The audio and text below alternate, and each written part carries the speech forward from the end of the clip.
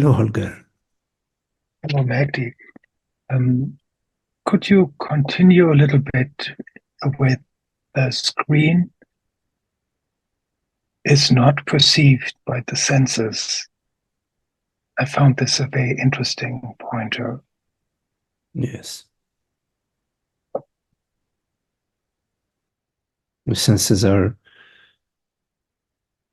designed to perceive world and mind, body. They're instruments,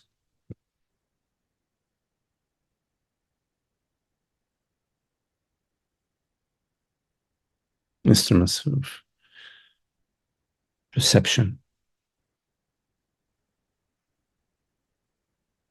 But that which perceives is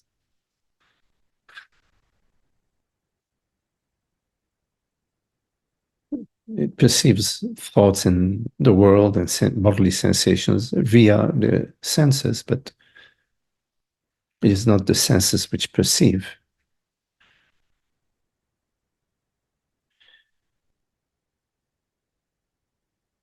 It's always I which perceives. I.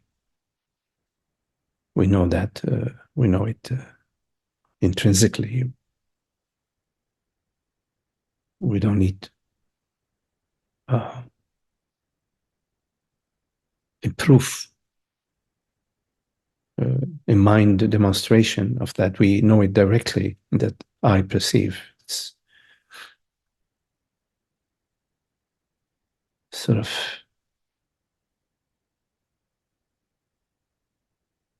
a bonus that consciousness gives itself.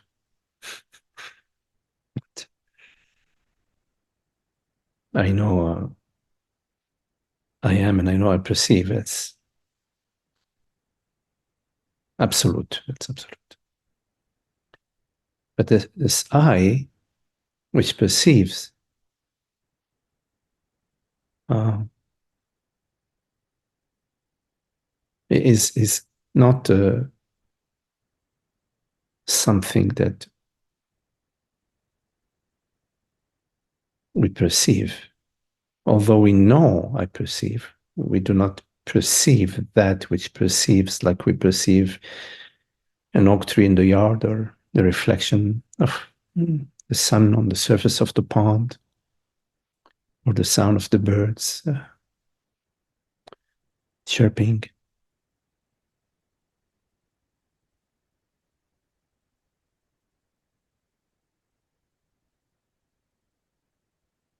So I know myself noumenally.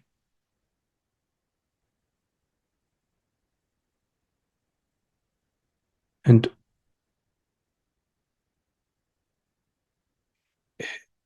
we overlook that in ignorance. We overlook that I know myself noumenally. Instead, we believe that I know myself because I'm a mind, I'm a person, I'm a man, I'm whatever, somebody, something.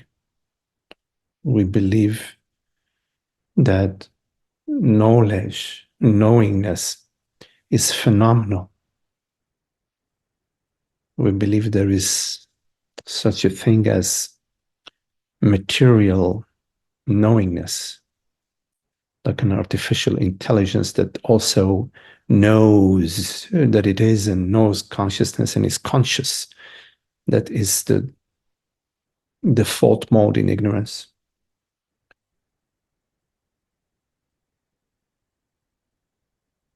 And so when we get a glimpse that I am, that this I am is not arising out of a thought or is not arising out of an experience,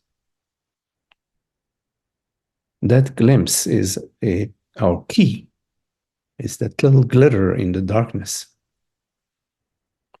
that we can follow towards a light out of the cave, out of the tunnel. Unfortunately, in many cases, when we get a glimpse into being, into presence, we believe that the glimpse was the result of a phenomenal event. We believe that we got the glimpse because we smoke a big joint, or because we just lost our fortune, or we just got our heart broken, whatever. We associate a glimpse with a phenomenal event. And so we become phenomenal event seekers, beggars. We have the diamond in our pocket and we're running around with a begging bowl.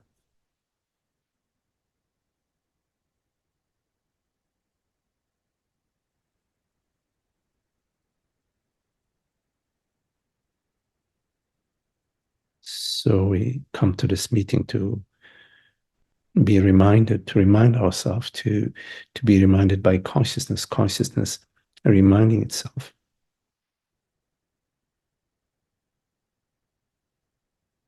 that it's absolute. It requires no aids in order to be. It doesn't require perception or sensation in order to be.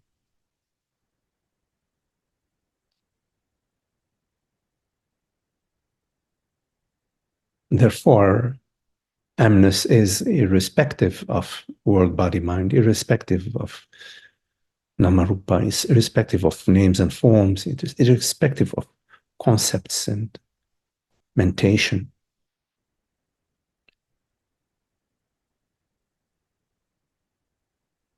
And our proof of that is always there. You can just ask yourself every moment, am I? Yes, I am. If you ask yourself, am I because of the body? Then you go into the labyrinth of the mind. Well, yeah, I read this theory, that theory. Oh, wait a minute. I've got there's a new book that somebody wrote about this, and you go into the mind. I am because I had a good breakfast. Because I had a good breakfast. So there is a virus in the mind. The virus always says that there is somebody, is a personal self, a personal doer, a personal owner, a personal chooser, a personal experiencer. It always adds on the personal. The mind adds on a personal. When you look for the person, you don't find a person, you find a mind narrative. Of course, because that's what the person is. It's a mind narrative. When you look for the person, the me, you find thoughts and memories and ideas and beliefs and recollections, whatever. You don't actually find a separate entity or a separate self. You accept that there is a personal self. You say, you just choose that belief. So you choose, yes, I am separate from you. You create a me and a you. But we never experience a you. I never experience a you, right? You always experience I. But conceptually, oh yeah, there is I and you. You see, so we accept, oh yeah, there is a reality which is I and a reality which is not I. So we are collusion. We're in collusion with the mind. Is that? We're collaborators in ignorance. You see. But experientially, we never experiencing anything but being, but awareness, presence, consciousness. Which also takes on the form of concepts and thoughts and images and colors. I mean, we see colors. Why do we see colors? Why? Because the instrument has been designed that way. The visual cortex, the whole, has been designed that way to perceive colors. But you can put on different lens, let's say, or you can do some surgery to the brain or to the eyes, and you will perceive different things, different shapes, different shades. It's an instrument. We believe that the instrument is what's absolute, that the body mind is what's absolute. We're materialist, we're physicalist. We overlook understanding, we overlook being. And as a result, we suffer. We suffer because of the falsehood. We cannot stand the falsehood. It bugs us. We want the freedom. We want the understanding, you see. But this false truth, this falsehood is eating at us. But because we've adopted that belief, we're living it. We actually live as separate beings, exploiting each other, exploiting everything that is exploitable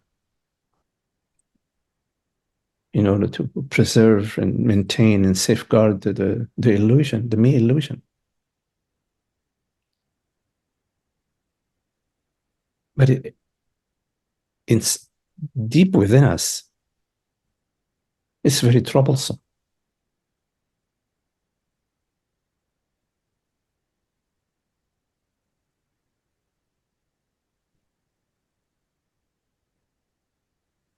But there is no real trouble.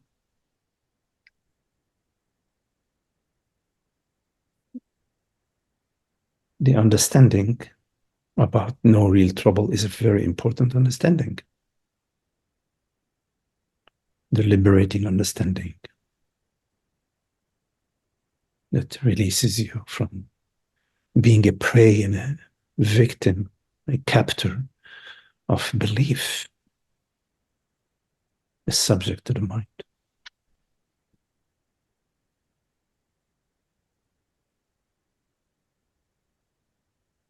So yes, that which perceives is not perceived.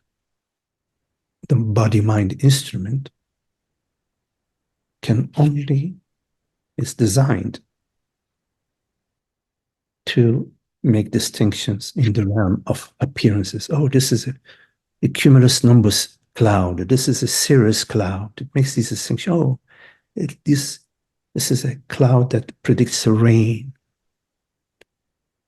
That's what the senses are designed for.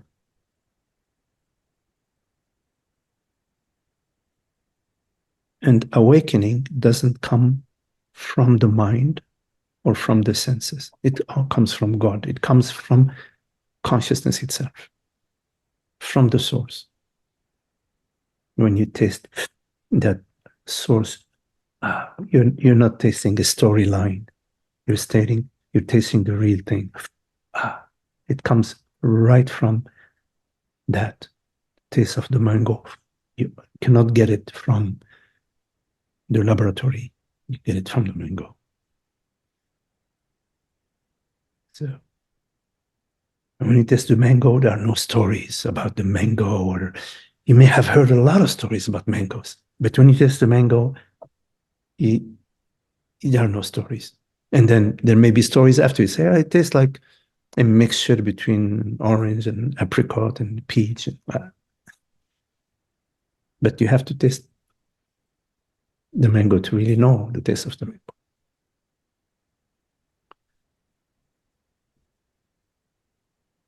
And you are the mango. I thought I'm an apple. Thank you so much, Magdi. This is so beautiful.